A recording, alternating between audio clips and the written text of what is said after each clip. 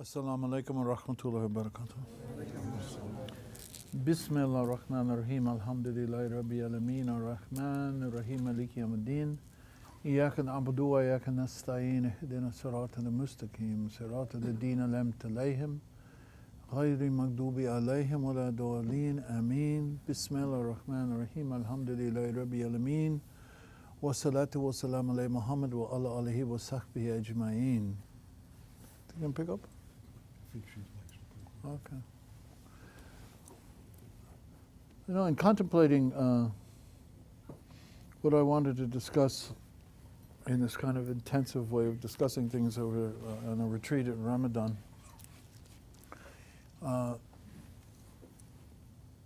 had a lot of choices in my mind. And because I have been blessed with friends like you and students who like to hear things on a more subtle level and a deeper level, I decided that I would then continue with the darus on ta'wil. Because to me, there are so many contradictions today in the understanding of what's happening in Islam. And we can't rely very much on some of the institutional ways of looking at Islamic life in the world in which we live in today. And also because I come from the five lines of Sufis, people in Tariqah. And for us, everything is the ability to understand from within and not just be fed from the outside. Now, of course, it's necessary to be fed from the outside. We just got fed from the outside. But, you know, how useless would be the food if something internally that we didn't see didn't take place? We would all be quite ill. You know, these mysterious things transpire in ways that we never see. So with your permission, I'd like to continue to talk about and understand the relationship of this process of beyond exegetical understanding, beyond exegesis, beyond the tafsir and the commentary that we're used to hearing. And unlike other commentaries, what happens in ta'wil is that there's a tremendous difference because it emanates from one's own self. Now, certainly you and I know well enough that it's not necessarily the wisest thing in the world to rely on your own self to understand something. And after we begin to understand this process, we understand that just like everything else, you need proper guidance. You need proper guidance and proper supervision, as you do in everything in life. There are very few things in life that any of us have achieved without some guidance and some supervision. And as I've said many times before, that proper guidance, that proper supervision is partially about the tahwil, the inner understanding, but it's mostly about overcoming one's own self, one's own nafs, one's own ego, so that one is not influencing the commentary. One is not influencing the understanding of the text, especially when we are talking about what we should always be talking about was the Quran and the Hadith. We don't want to influence it by our ego. So it has been defined sort of as the exegesis that leads the soul back to the haqq, to the truth. Or it's also been described as the doorway to the truth.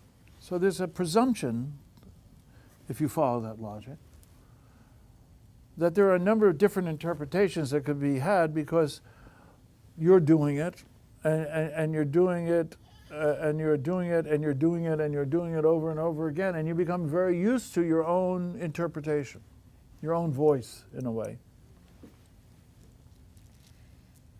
But the reality is that if we understand the way to sensitize ourselves to Quran, which is really the issue of how do you come, quote unquote, near to Allah? How do you move toward Allah, Sayr Allah? If we do the practices, and if we have developed the humility, and we develop the sensitivity to our own capacities and what our limitations are, then that doorway to the truth can be open, and we know that the doorway to that the truth is Tawheed, is one. A little reality check. Each and every one of us assumes understanding, and we affirm our ability to interpret life and life circumstances. Nobody knows better than us what we should be doing, or like to do, or want to do, or how to do. We're great experts about ourselves. And that indicates something on a more subtle level.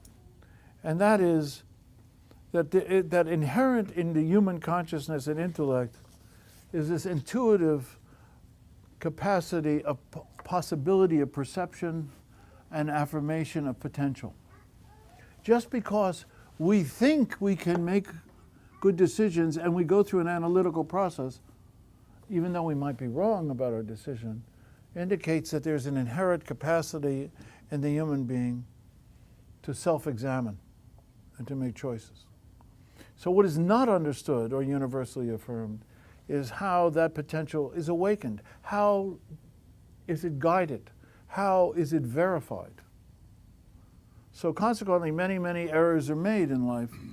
False assumptions are acted upon, biases exist, prejudices exist, opportunistic decisions, justifications for why we're doing what we're doing or why we're not doing something, preferences are affirmed. So then how do we take what is a gift from Allah subhanahu wa ta'ala, which is this subtle capacity to understand and to make decisions, a natural capacity, and utilize it for the good of ourselves, our own spiritual understanding, our humility, our gratitude, our knowledge, and how do we become assured of its accuracy? That's the real issue. If we care about accuracy at all, then we're well on the path, because it means we have created a standard by which we want to live. What we have to worry about is the people who don't care about accuracy. The answer, I think, lies in an assumption that learning comes from outside and not from within, from strictly a cognitive process and not developing a more subtle, intuitive, and harmonically resonant capability, which is revealed, and I might add, auditorially revealed and contemplated when we listen to the Quran and Revelation. So what we're dealing with to understand Quran, to come near to Allah, to grasp the inner meaning and the subtleties of the hadith of the Prophet Muhammad sallallahu alaihi wasallam, but especially to grasp the guidance, the direction, and the meaning of the Quran, is not a question of doing an act of interpreting with the mind properly, as much as it is being prepared to receive the truth, utilizing one's capabilities, utilizing one's capacities, intellectual, subtle organs of perception, which we identify as the lataif, and the inherent sensitivity to what is right and not right in life, what is balanced and unbalanced, what is true and what is false.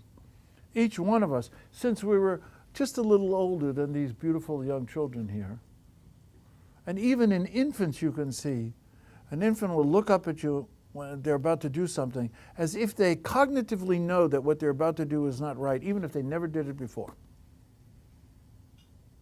And I think everyone who's, how many of you have been infants? Don't you remember doing that? How many of you have seen infants doing that? And if you haven't, you will. And so we have this sense, which we call of right and wrong, good and bad. And do we question where that comes from? What is that intuitive sense? Allah subhanahu wa ta'ala makes no errors. There's nothing extraneous in the universe. Everything is is purposeful. And as if you've been with me, for some people here have been with me for over 40 years, and if you're with me for 4 years or 10 years, you will hear me saying very often, everything is analogical.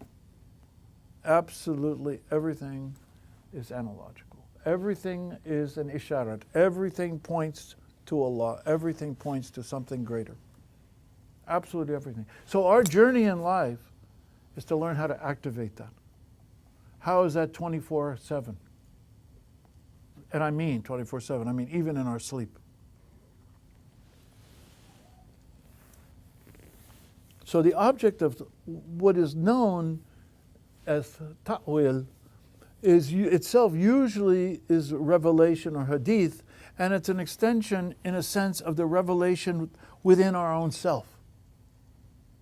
An organic response that we're capable of making to revelation. Revelation is dynamic and it's alive. How many times have you seen the word, the living Quran? Right? This is not just a clever title. The Quran is alive.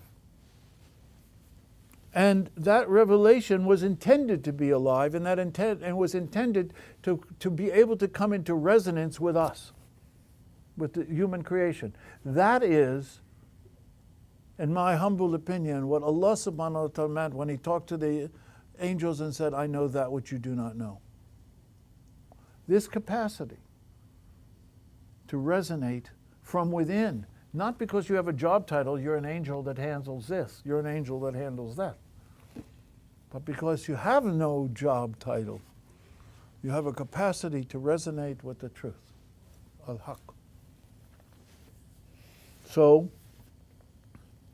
much more than bringing some obscure idea to the surface and discussing it as in tafsir, and tafsir is very important. I don't know anyone who doesn't benefit from tafsir. It's not about uncovering some little known fact or analyzing a point, but an insight into the divine intent, overarching meanings, uncovering a template of understanding and motivation. What motivation? The motivation for action, or the means of transforming ideas into realizations, as well as interactions that evoke and that in some way affirm the purpose of our soul. And it's what can be seen only by a certain eye, and when you have that eye, basir, you see it clearly. Allah says in Quran, you have eyes but you don't see, you have ears but you don't hear, oh man, you don't understand. How do you get eyes that do see and ears that do hear? What was hidden becomes seen, what was silent becomes heard, what was confusing becomes clear. Everything has, as you know, I'm sure, an inner and an outer reality, and as I said, everything is ishara, is a hint to something else, pointing somewhere else. Something greater, something much more subtle. So in a way, as I've told you, there is the ta'wil of many things, the ta'wil of prayer, and the ta'wil of zakat, and the ta'wil of sawm, and the ta'wil of hajj. There's an inner, subtle understanding. And I hesitate to use the word meaning, because meaning, unfortunately, can also, what does this mean? That there's a subtle, resonant understanding of each of these acts. And in fact, each of those admonitions or acts or pillars, however you want to call them, are designed specifically to be doorways, openings, bab, fat, to another level of reality. In other words, there's an inner dimension in everything, so that when you are reading Quran, the ta'wil of Quran is how to read the Quran for its meaning to come from within you and reveal in that reading its essential meaning and blessing in the moment. In the moment. Why?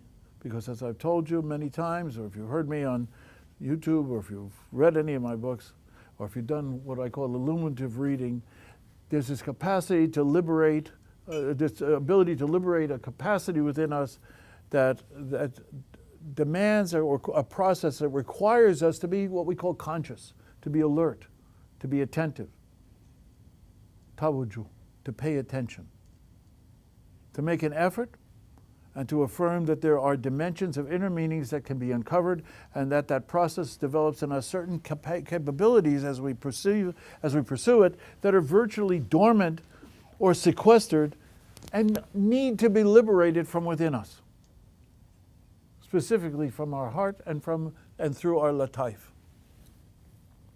And this tahwil will involve something else that seems really profoundly mysterious in a way, because it's a process of knowing something very subtle, and it demands very special qualities to know it. It demands humility. It demands submission. It demands trust and a rejection of extremes. Because if there's anything extreme in your consciousness or in your life or your beliefs, you won't be able to tune yourself to the inner meaning. To me, it's very beautiful. It's like an instrument, like the kanun or the sitar or the sitar or the saz, which may take hours to tune, only to be exposed to humidity and light and heat, or just the strain of the strings as it goes out of tune again. My dear friend and brother Rup Verma was here last week. He was a master's student of Ravi Shankar. He was one of the original people here, for those of you who don't know, who started our global music program for Legacy Global Youth Village. And Rup played, he's always been a great sitarist. And he played last week, a week ago tonight, I think almost was. And it was another dimension, completely another dimension. And I was able to speak after that. I hope you get a recording of his playing in my talk after my dars.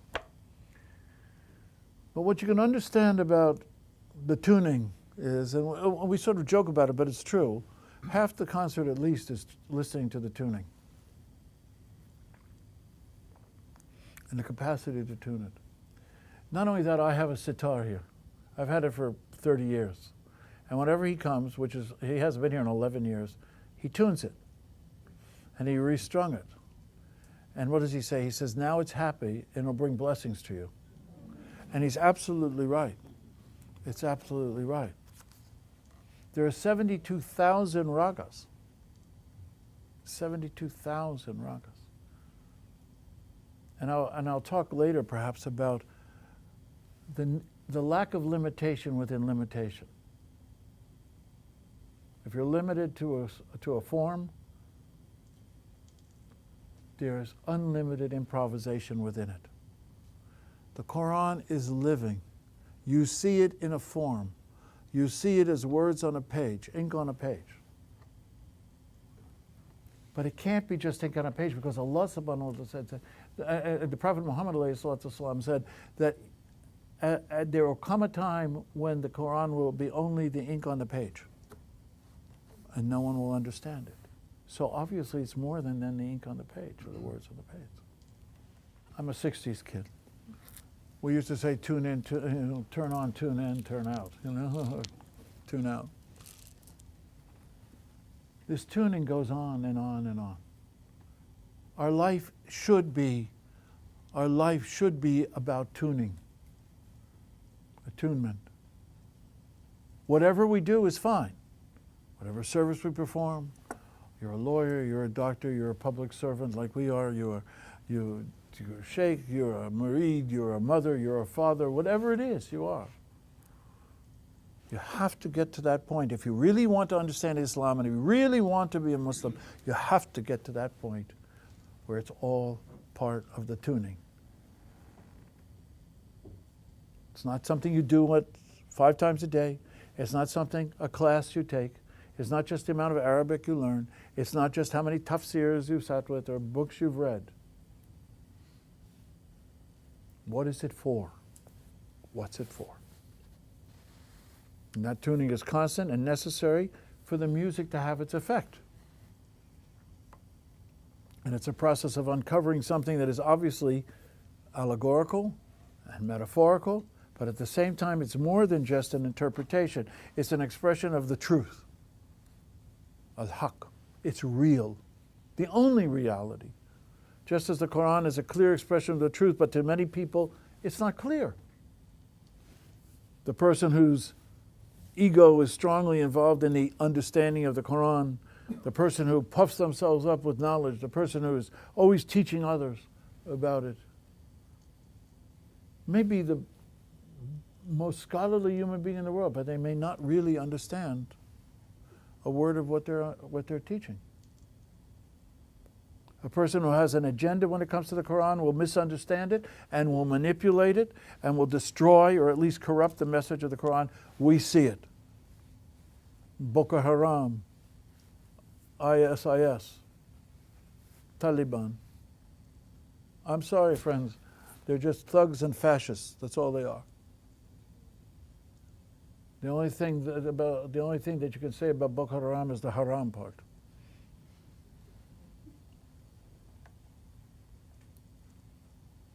On the Eid Khutbah, I'm going to get into that a little more.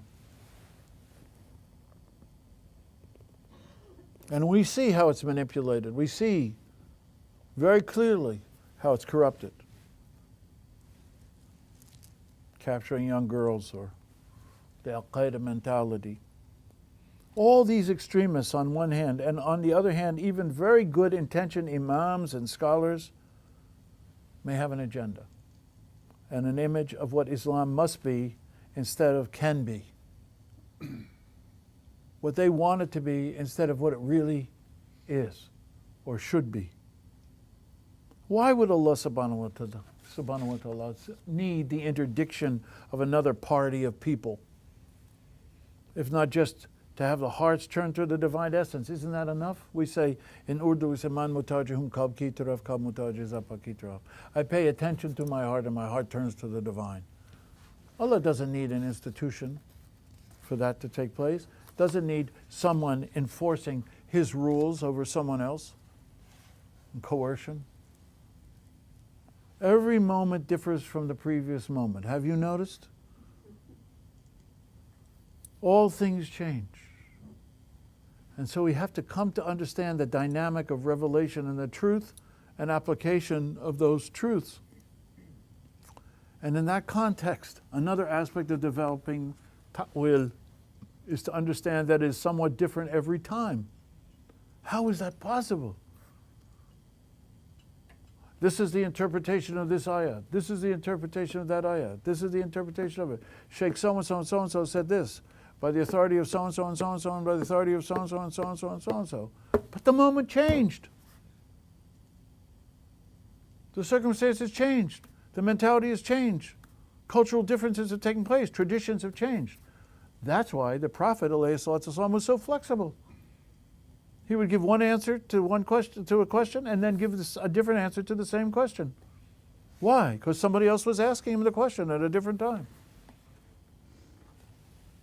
But no, we want to freeze Islam. We want to, spot freeze it, and hold it in this one place. Well, you know what happens when you freeze something, what do you call it? Cryogenic freezing? It'll break. Don't drop it, it'll break.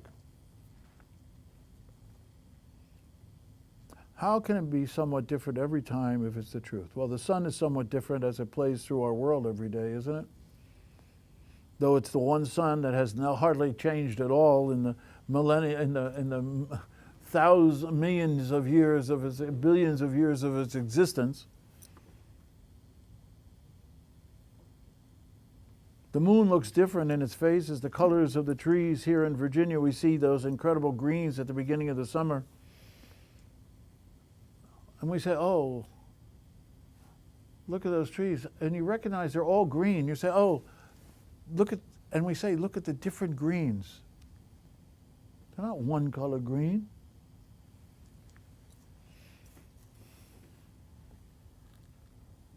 You do web design, right?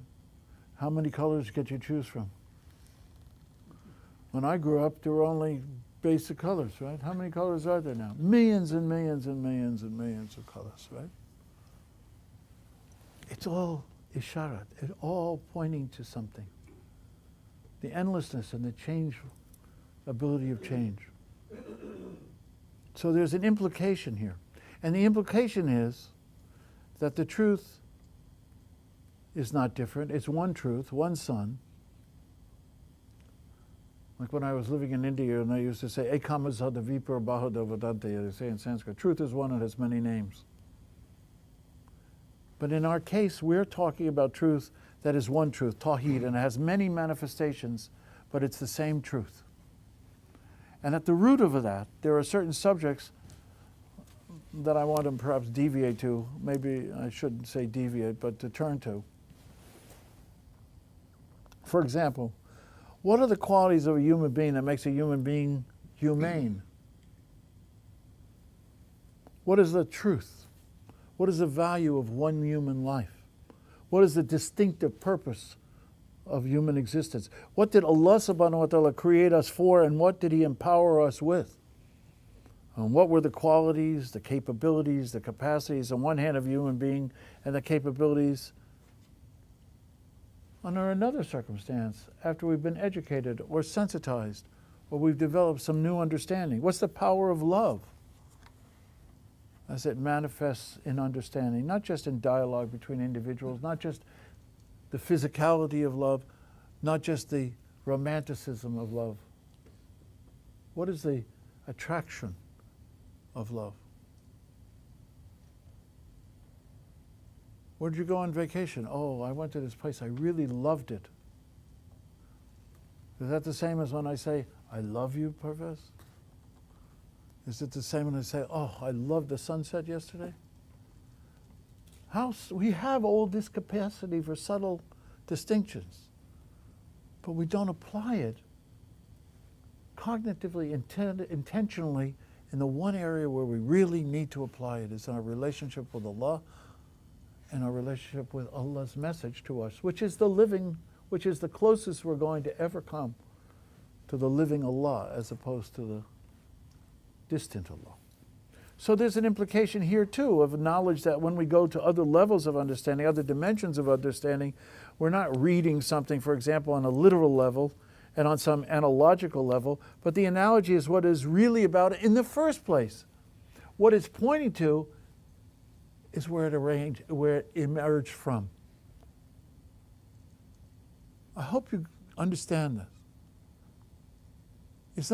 We're not creating metaphors for something that we can't easily describe. Only, I should say, because we do create those metaphors. But what it's pointed to is the source. So when you read Quran and it defines paradise as rivers and lakes and huris, it's not the literal that's significant. The most important aspect is the allegorical, the metaphorical, the majaz. It's a corridor. Majaz means metaphor, it means corridor. It's the corridor to which we can travel from here to there and be still here at the same time. It's very quantum mechanics basic. It's that corridor that the dead fish came alive when Khidr and Sidna Musa alayhi salam fell asleep and woke up just in time to see the fish swim between the two seas in the corridor, because they were told that when the fish swam, that would be the place where they would meet. It's a moment. The tunnel, the majaz that leads you from the image to the truth. And why is that image a carrier, if you will, or a vehicle of truth? In that way, then, we begin to see that everything in life is analogical. And in a sense, we describe it usually in allegorical terms or metaphorical terms so we can grasp them. Paradise, for example. Is it not the reason why Allah subhanahu wa ta'ala uses so many analogies and so many metaphors and descriptive phrases in the Quran? To point to a deeper reality that's created by the experience of that metaphor. Is the experience of a metaphor an intellectual one? Or is it really very much an emotional sense of something. Points to something we can't really describe in any other way, but we get a clearer understanding of it through the metaphor. Understanding, for example, of how our soul, how our ruh, is an extension of the essential spirit, the essential ruh. And is therefore, we are carrying with us always a doorway to the source of our own spirit, our own soul. Once you understand that, you begin to see that being played out everywhere in nature, in animals and other life, in this transformational process of birth and life and death. And you begin to realize and feel and sense that what we have within us is the doorway to the infinite, to the absolute. Allah subhanahu wa ta'ala says what? You will find me in the heart of the believer. Is it a metaphor? I don't think so. That's not my experience. If you dive and you understand how to dive into qalb, you begin to understand why Allah subhanahu wa ta'ala says He resides there. Not a being that resides there, not a thing that resides there, but a capability, a capacity. So the ta'wil is very specific, though it may take on many faces, like the people in this room have many faces. And in fact, what I have been doing in the last few minutes, half an hour, 20 minutes, is the ta'wil of ta'wil. We're all human beings. We're of two genders, I think, and have different backgrounds, but there are certain things that have brought us together in this room, or on the video, or on the phone, that unite us. And what's most important is not your historical background or your cultural background.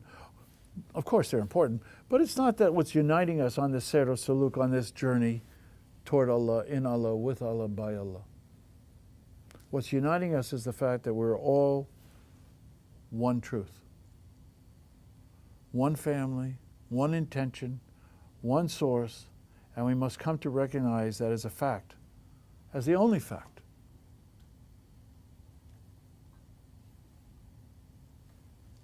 Truth looks like you. Truth looks like you. It looks like you and like you and like you and like you. But it's not all the truth. It's only a reflection. And that's why we say Allahu Akbar in the comparative.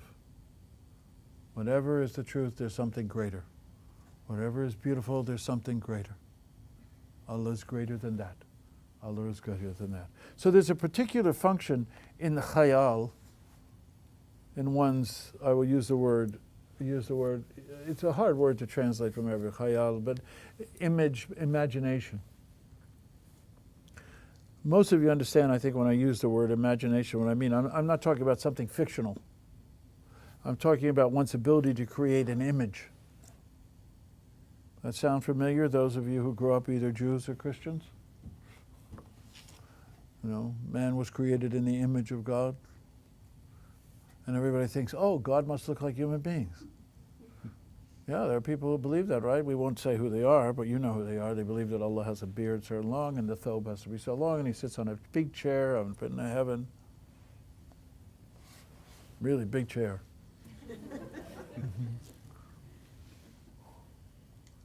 We're made in the image of God means the imagination, the khayal, the ability to imagine. One's ability to visualize, one's ability to see. There is something in that particular, in that imagination of the khayal through which Allah subhanahu wa ta'ala creates our conceptualization of Himself.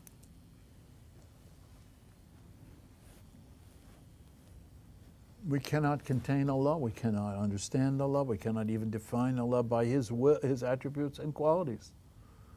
But at the same time, it is by His image or imagination, by this khayal in which He creates us how we can grasp something so beautiful, so great, and so truthful, full of truth, without even, and accept that we'll never know more than that. The ability to create an image. And that's exactly what happens when you read something, especially when you read Quran, and Quran is filled with images. Isn't that what happens? You can make the same argument for the Torah or the Injil, but especially the Quran, because it's created for this purpose. It's revealed for this purpose. And in fact, the word that we use in terms of revelation in English tells us it's the uncovering of something, right? That something is there and you're revealing more about it. So in the semiotics and in the linguistics of both the reader language, but especially in the semiotics of the Quran, there is something very, very sacred and secret. Why are there so many meanings to words in Arabic? Sometimes opposite meanings. And some of them that are exactly opposite within the same meanings and the use of them. Because it depends on the intention of the word in that context, in that sentence, and the image that it creates in you. And that's the part very few people talk about. What's the image that's created in you when you're picking up a Quran and you're reading it? Not necessarily a visual image, but this khayal, this imaginative sense or imagining or an ability to grasp without which we can't travel in life. Obviously, it's tied to our memory, and memory is tied to our remembrance, and remembrance is linked, is dhikr, and dhikr is not just a repetition of something, it's a cleansing process. Dhikr is a way of penetrating through the veils in order to arrive at an essential truth that is unchangeable. Whenever I ask people what's the meaning of dhikr, they say to remember. And it's right? In Arabic, everybody knows dhikr means to remember. Go deeper into the linguistics of the word dhikr, and what else do you find? It means to penetrate. To penetrate what?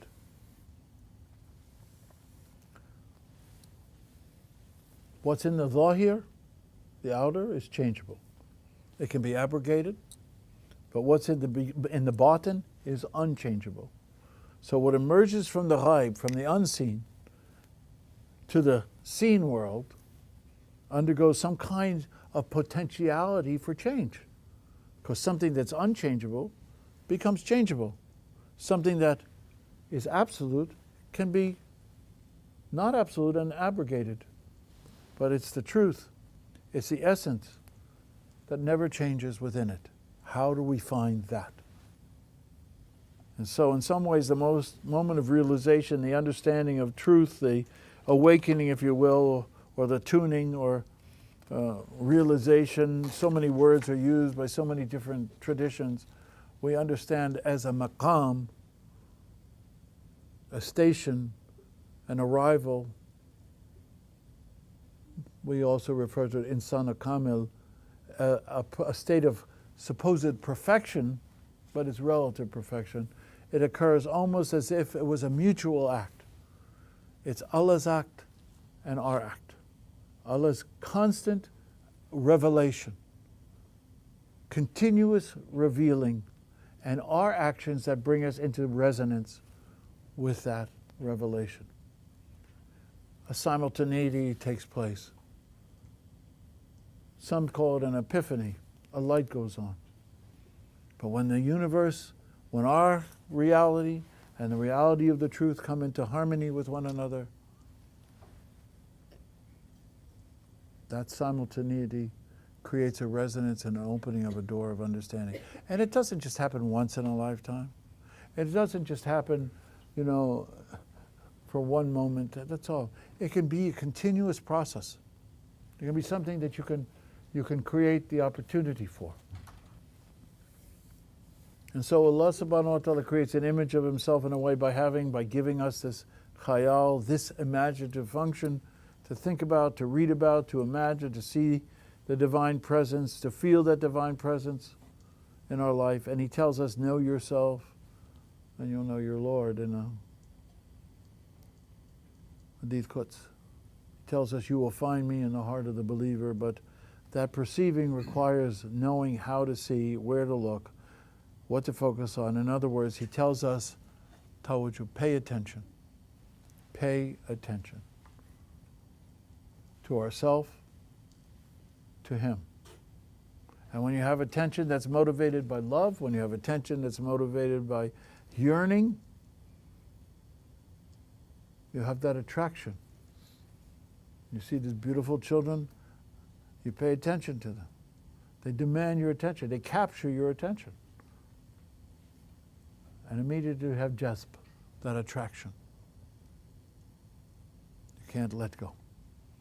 The same thing as that yearning for truth, a sense of a deeper meaning. And then you understand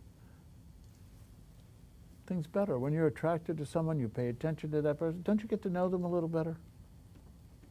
So why should it be different with Allah? Why should it be different with Allah? And Allah says, okay, here's the doorway. This is not a book. This is the truth that's contained between a cover, two covers, two sides of a cover. But when you dive into it, it's endless. So, over time, certain sheikhs, certain teachers got into some trouble, like Junaid did at one point, because he created an erotic metaphor.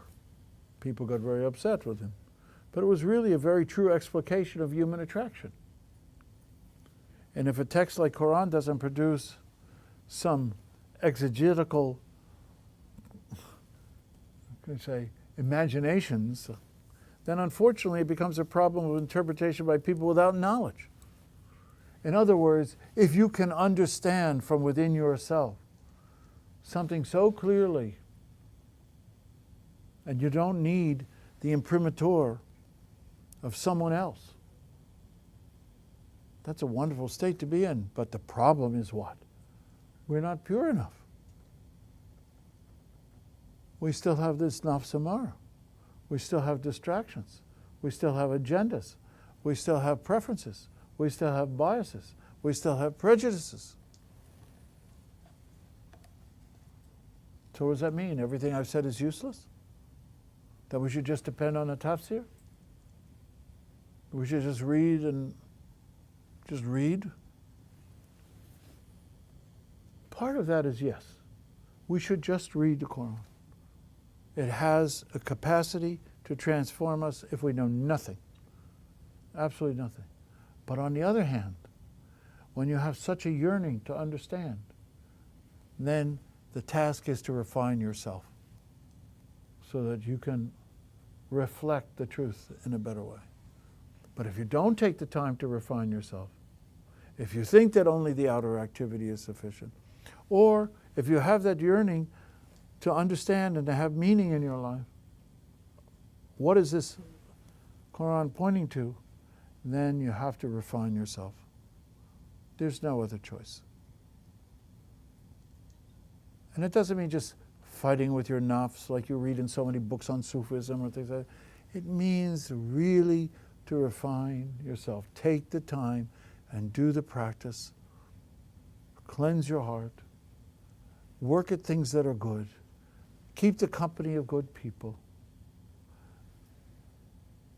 Challenge your desires.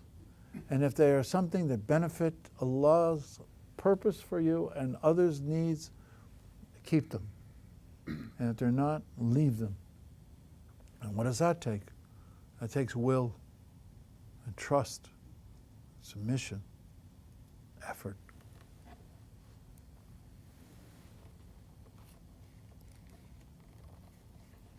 But of course, all this is motivated by the same truth. And unless we know the means to access that essential truth, well, we're not going to be able to know much about the truth. And then and I'll end because it's getting late. Another way of looking at this is like the Hadith Jibreel. Act as if you see Allah in everything, and if you're not seeing Allah, know that Allah is seeing you. And that is also the definition of ihsan. And that is also the core of tasawwuf, of Sufism. That divine perception is everywhere, and that part of the continuous, the dynamic of the divine presence is with us. Allah did not reveal the Quran and then go off to southern Spain for a vacation. I don't know how to tell you this. It's a dynamic and continuous revelation, and hence fits the time, the place, the circumstance, and you, and you, and you, and me. And there's a big difference between when you read something aloud and when you don't read it aloud. And it's very important to read the Quran aloud and to listen to its rhythm, and listen to Ruhya tonight. Don't you feel the difference when you do it in the right rhythm? Well, we'll get to that tomorrow. I'm going to harp on this until it becomes your second nature over this weekend, to think about, what is this pointing to? What am I seeing in this beautiful nature around us? What am I hearing? What is the topic of my discussion? What am I seeing in the faces and the lives of these young children here? What is my hope for them? What's going on in the world, and why do I feel, and how do I know that that's all so wrong? And how can we make it right? Not just in the outer, but how can I make myself right so somebody can tune to me? You know, Rup took the sitar, he tuned his sitar, and then what did he do? He tuned my sitar to his sitar, right? That's what we're doing around the world in our work. We're trying to keep ourselves tuned and so other people can tune to us. But it's their instrument, and they get to choose what they play on it. But it's all within the contained rules and laws, inshallah. And then when it's outside it, you see what happens. Assalamu alaikum wa rahmatullahi wa barakatuh.